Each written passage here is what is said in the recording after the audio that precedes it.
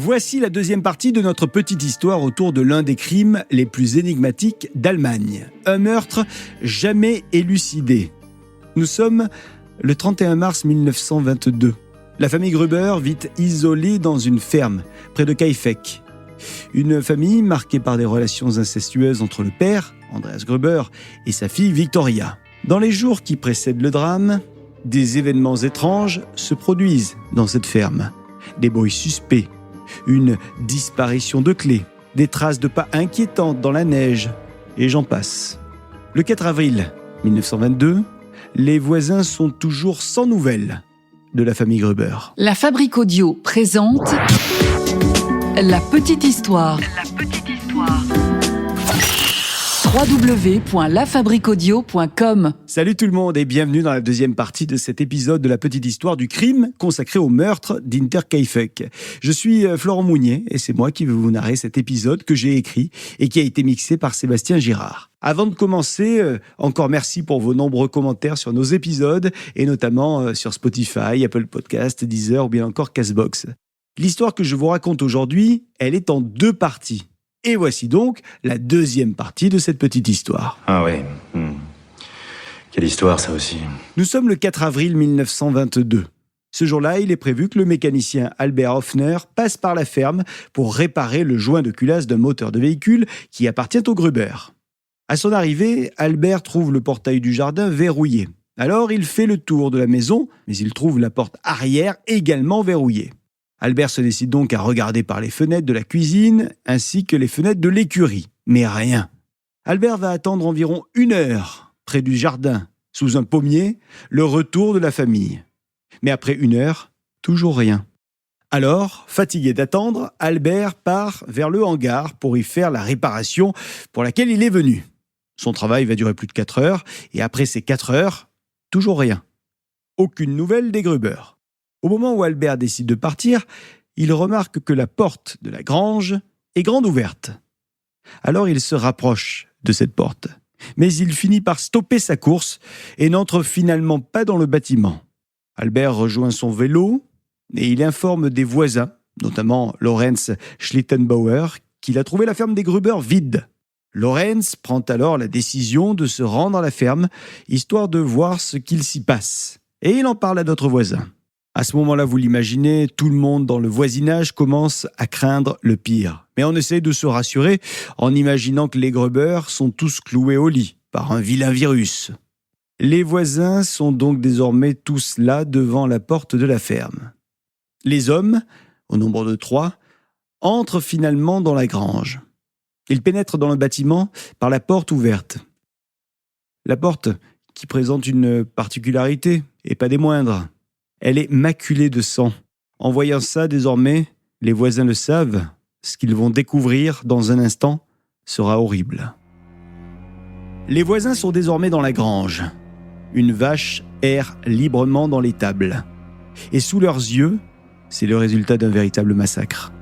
4 corps sont là, sans vie. Ils gisent. 4 corps. La jeune Casilia, allongée dans la paille, morte.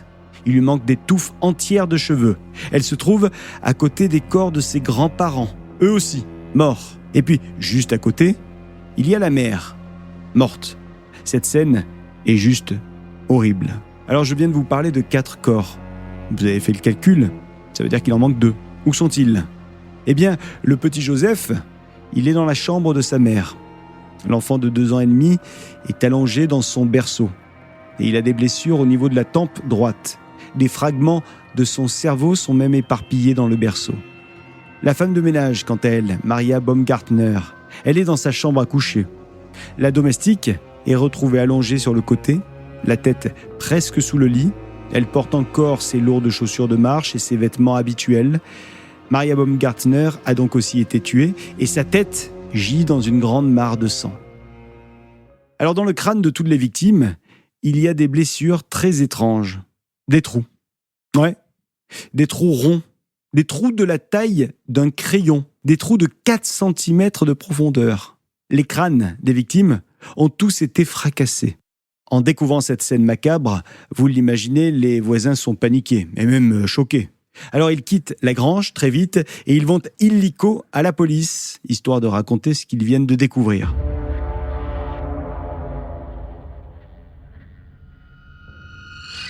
La police ainsi que le maire arrivent sur les lieux et l'enquête commence. Et 2 jours plus tard, soit le jeudi 6 avril 1922, le médecin de la cour, le docteur Johann Baptist Hohmüller, vient effectuer ses analyses. Le docteur va autopsier les corps et il va le faire sans bouger les corps, directement dans la grange où ont été retrouvées certaines des victimes. Le docteur va très vite déterminer que les meurtres ont été réalisés, selon lui, avec la pioche de la grange. C'est l'arme, dit-il, la plus probable. Puis, le docteur va affirmer que la jeune Casilia a agonisé pendant plusieurs heures dans la paille.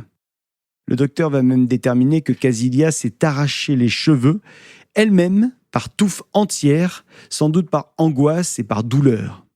Le médecin de la cour détermine aussi que les meurtres ont eu lieu très certainement dans la nuit du vendredi 31 mars au samedi 1er avril. Alors, un premier fait troublant va être observé. Il semble que quelqu'un ait nourri le bétail dans la grange. Les bêtes semblent avoir été nourries il y a peu. Je ne vous dis pas qu'elles ont été nourries le 31 mars, mais bel et bien après. Et puis on retrouve également de la nourriture dans la cuisine. Quelqu'un, visiblement, se serait nourri après le 31 mars dans cette cuisine. On pense donc que le ou les assassins sont restés dans la ferme après leurs actes. Les enquêteurs vont évidemment fouiller le grenier de la propriété et y observer 2 empreintes de pas dans du foin qui a été posé sur le sol, comme si 2 personnes s'étaient allongées dans ce foin. Les enquêteurs chargés de l'enquête vont imaginer ce scénario. Écoutez bien. Le soir du 31 mars, les propriétaires de la ferme, leur fille, Victoria, et puis la fille de Victoria, Casilia, ont été attirés dans la grange un par un. Et c'est dans cette grange qu'ils ont été tués. Et c'est ensuite que le ou les assassins seraient entrés dans la maison familiale pour y assassiner le petit Joseph ainsi que la femme de ménage Maria. Alors ce n'est que près d'1 an après le crime qu'un outil massif va être retrouvé. Une hache d'environ 1 mètre de long. Cette dernière, elle est retrouvée lors de la démolition de la ferme. Et on la retrouve dans le grenier de la maison, sous une planche bien planquée.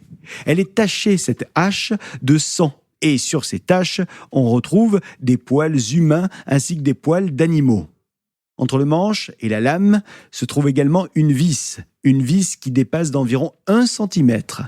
Eh bien, apparemment, c'est cette vis qui aurait provoqué les blessures sur les crânes des victimes. Souvenez-vous, les trous. On oublie donc la pioche et on remplace la pioche par la hache. Alors, quelles sont les hypothèses autour de cette affaire ? Eh bien, la police pense d'abord à un vol qui aurait mal tourné. Ouais, sauf que ça fait beaucoup de violence pour un vol. Et surtout, on va mettre cette théorie de côté parce que l'argent des Gruber est retrouvé dans la maison. Donc rien ou pas grand-chose n'a été volé. Deuxième hypothèse. Souvenez-vous, je vous ai dit que Carl Gabriel, le mari de Victoria, était mort à la guerre. En effet, il a bel et bien été déclaré mort durant la Première Guerre mondiale en 1914. Oui, mais certains disent que son corps, à Carl Gabriel, n'a jamais été retrouvé. Donc, peut-être serait-ce lui, le criminel revenu pour tuer toute une famille. Sauf que l'Office central des pertes de guerre et des sépultures de guerre a été contacté. Et l'Office aurait confirmé que le corps de Carl avait été retrouvé et même enterré dans un cimetière militaire français. Et puis, plusieurs camarades de guerre auraient aussi témoigné de la mort de Carl Gabriel sous leurs yeux. Alors, on met cette deuxième hypothèse de côté. Pour arriver à la troisième hypothèse. Le voisin amant de Victoria, Lorenz Schlittenbauer. Lorenz Schlittenbauer, il est dans la liste des suspects. Mais on n'en sait pas plus en fait. Il y a d'importants efforts qui ont, à l'époque, été déployés pour mener cette enquête et tenter d'obtenir des résultats. Plus de 100 suspects ont été arrêtés en lien avec cette enquête. Et plus de 100 suspects ont été interrogés et ça a duré des années et des années. Mais rien. Il faut savoir que l'interrogatoire le plus récent a eu lieu il n'y a pas très très longtemps, puisque c'était en 1986. Et il n'a absolument rien donné. Il y a quelques années, en 2007, il il y a des étudiants d'une académie de police allemande qui ont enquêté à nouveau sur cette sombre affaire. Et ils ont travaillé avec des techniques d'aujourd'hui, des techniques modernes d'investigation criminelle, et notamment avec, vous l'imaginez, la technique de l'ADN. Malheureusement, il est, selon eux, impossible de résoudre cette affaire, parce qu'il manque des preuves.